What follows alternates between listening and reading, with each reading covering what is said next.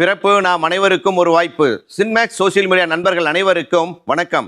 நேர்களே, நம்ம இன்னைக்கு என்ன பார்க்க போறோம்னாங்க, கிளிசரின் சோப்பு எப்படி தயார் பண்றாங்க, அதனுடைய பாதிப்புகள் என்ன அப்படிங்கிறத பார்க்க போறோங்க. இந்த கிளிசரின் சோப்ல பாருங்க, பாத்திங் பார்னு இருக்கும் அல்லது பாத்திங் கேக்குன்னு இருக்கும். இதுல ஒரு 15 விதமான கெமிக்கல்கள் இருக்குங்க. சோசியல் மீடியாவில் பூராமே இந்த கெமிக்கல் தாங்க ரிப்பீட் ஆகிக்கிட்டே இருக்கும். சரிங்களா? இது எப்படி செய்யறாங்க அப்படின்னா, பெட்ரோலியம் ப்ராடக்ட்ல இருந்த கிளிசரினை எடுத்து இண்டஸ்ட்ரியில கொடுத்து இந்த சோப்பை தயார் பண்றாங்க. இது ஃபேட்டி ஆசிட் சோப்பு அண்ணன்னா இது தம்பி, புரியுதுங்களா? அதே வேலையை தான் பண்ணுதுங்க. இது ஒன்றும் பெருசாக இது கிடையாது. ஆனால் மாய்ஸ்சரைசிங் போடுறப்ப நல்லா இருக்குங்க. ஆனால் நம்ம ஸ்கின்ல இருக்கிற துவாரங்களை அடைக்கிறதுனால நம்ம உடம்புல இருந்து ஒரு நாளைக்கு 600 ml கழிவுகள் வெளியாகாட்டி அதோட பாதிப்புகள் எவ்வளோ இருக்குன்னு பாருங்களேன்.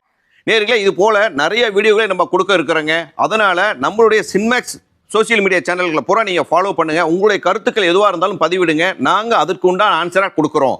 மீண்டும் இன்னொரு வீடியோவில் சந்திப்போம். நன்றி, வணக்கம்.